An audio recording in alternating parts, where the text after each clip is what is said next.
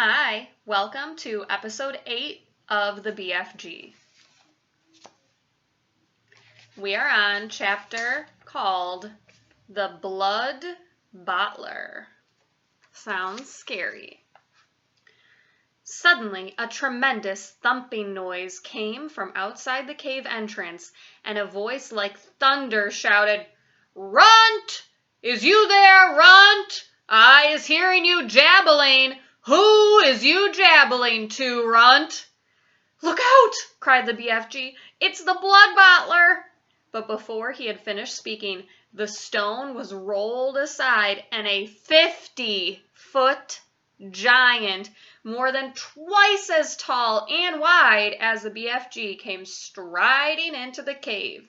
He was naked except for a dirty little piece of cloth around his bottom. Sophie was on the tabletop. The enormous, partly eaten snozcumber was lying near her. She ducked behind it. The creature came clumping into the cave and stood towering over the BFG. "Who was you jabbling to in here just now?" he boomed. I is jabbling to myself," the BFG answered. "Piffle fizz!" shouted the Bloodbottler. "Bug swallop!" he boomed.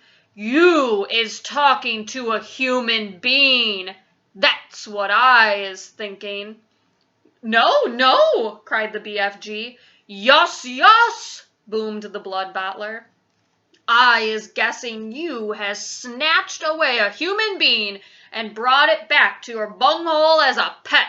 So now I is winkling it out and guzzling it as extra snacks before my supper." Here is a picture of him. He's huge. The poor BFG was very nervous. There's no one in here," he stammered. Why don't you leave me alone?" The Bloodbottler pointed a finger as large as a tree trunk at the BFG. "Runty little scum screwer," he shouted. "Piffling little swish figgler, squimpy little bottom wart, prunty little pog whistler, I is now going to search the primroses." He grabbed the BFG by the arm. "And you is going to help me do it. Us together is going to winkle out this tasteful little human being," he shouted. The BFG had intended to whisk Sophie off the table as soon as he got the chance and hide her behind his back, but now there was no hope of doing this. Sophie peered around the chewed-off end of the enormous snozcumber, watching the two giants as they moved away down the cave. The Bloodbottler was a gruesome sight. His skin was reddish-brown. There was black hair sprouting on his chest and arms and on his stomach. The hair on his head was long, dark, and tangled. His foul face was round and squishy-looking. The eyes were tiny black holes. The nose was small and flat, but the mouth was huge. It spread right across the face, almost ear to ear, and it had lips that were like two gigantic purple frankfurters lying one on top of the other. Craggy yellow teeth stuck out between the two purple lips, and rivers of spit ran down his chin. It was not in the least difficult to believe that this ghastly brute ate men, women, and children every night. The Bloodbottler, still holding the BFG by the arm, was examining the rows and rows of bottles. "You and your pibbling bottles," he shouted. "What is you putting in them?" Nothing that would interest you," the BFG answered. "You is only interested in guzzling human beings." "And you is dotty as a dog's waggler," cried the Bloodbottler. Soon the Bloodbottler would be coming back, Sophie told herself, and he was bound to search the table. It was 12 feet high. She couldn't possibly jump off the table. She'd break a leg. The snozcumber, although it was as thick as a perambulator, was not going to hide her if the Bloodbottler picked it up.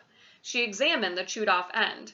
It had large seeds in the middle each one as big as a melon.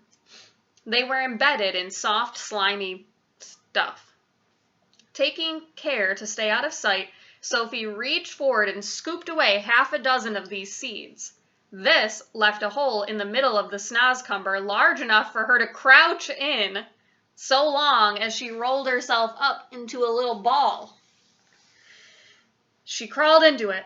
It was wet and slimy hiding place, but what did that matter if it was going to save her from being eaten?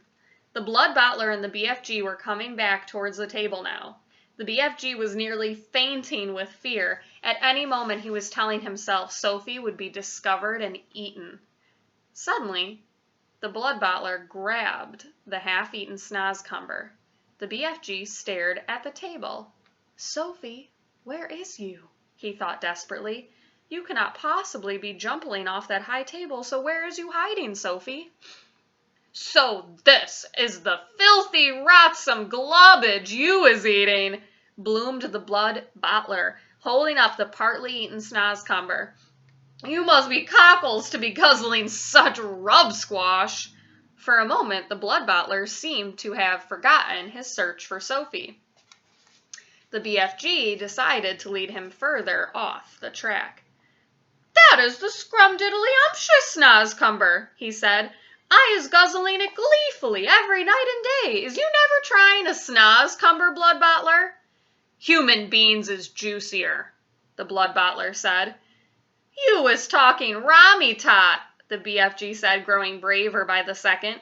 He was thinking that if only he could get the Bloodbottler to take one bite of the repulsive vegetable, the sheer foulness of its flavor would send him bellowing out of the cave.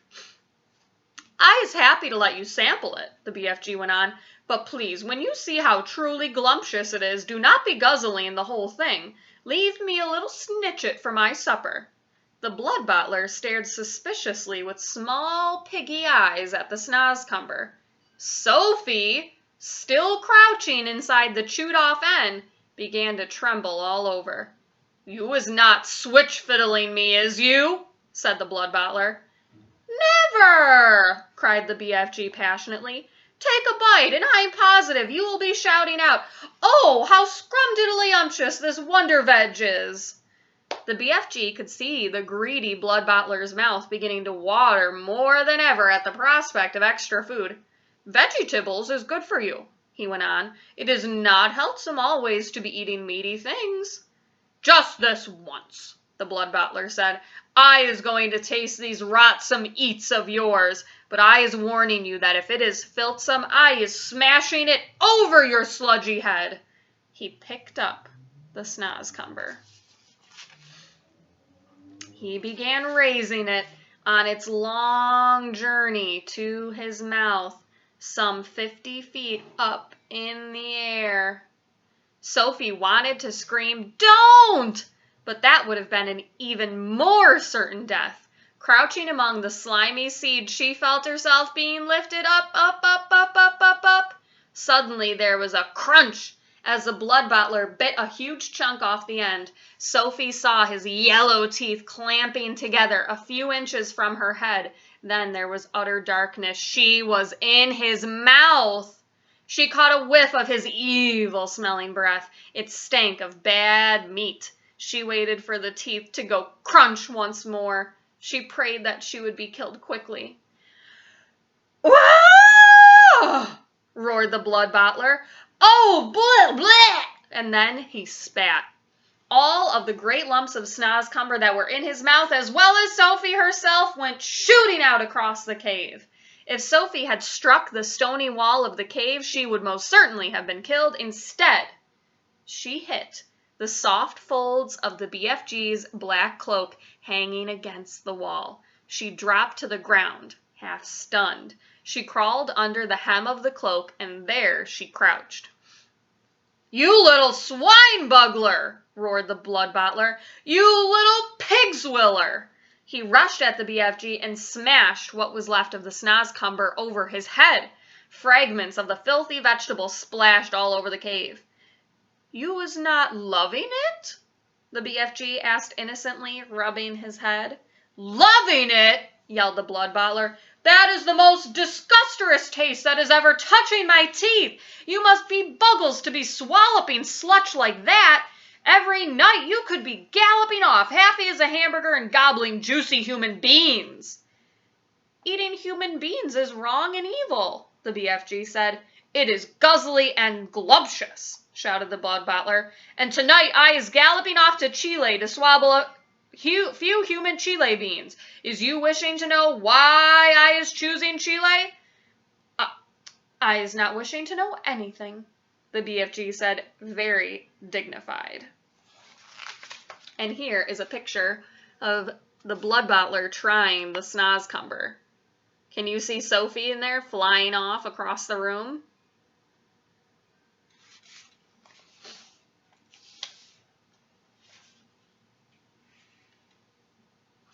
You is disgusting, the BFG said. And you is an insult to giant peoples, shouted the Bloodbottler. You is not fit to be a giant. You is a squinky little squiddler. You is a pibbling little pipsqueak. You is a cream puff nut. With that, the horrible, blood-bottling giant strode out of the cave. The BFG ran to the cave entrance and quickly rolled the stone back into place. Sophie, he whispered. Sophie, where is you, Sophie? Sophie emerged from under the hem of the black cloak. I'm here, she said. The BFG picked her up and held her tenderly in the palm of his hand. Oh, I is so happy to be finding you all in one lump, he said. I was in his mouth, Sophie said. You was what? Cried the BFG. Sophie told him what had happened. And there I was telling him to eat the filthy snozcumber and you was all the time inside it, the BFG cried. Not much fun, Sophie said. Just look at you, you poor little chidler, cried the BFG. You was all covered in snozcumber and giant spit. He set about cleaning her up as best as he could. I is hating those other giants more than ever now, he said. You know what I should like? What? Sophie said. I should like to find a way of disappearing them, every single one. I'd be glad to help you, Sophie said. Let me see if I can't think up a way of doing it. And here is our last picture for this episode. All right, see you soon.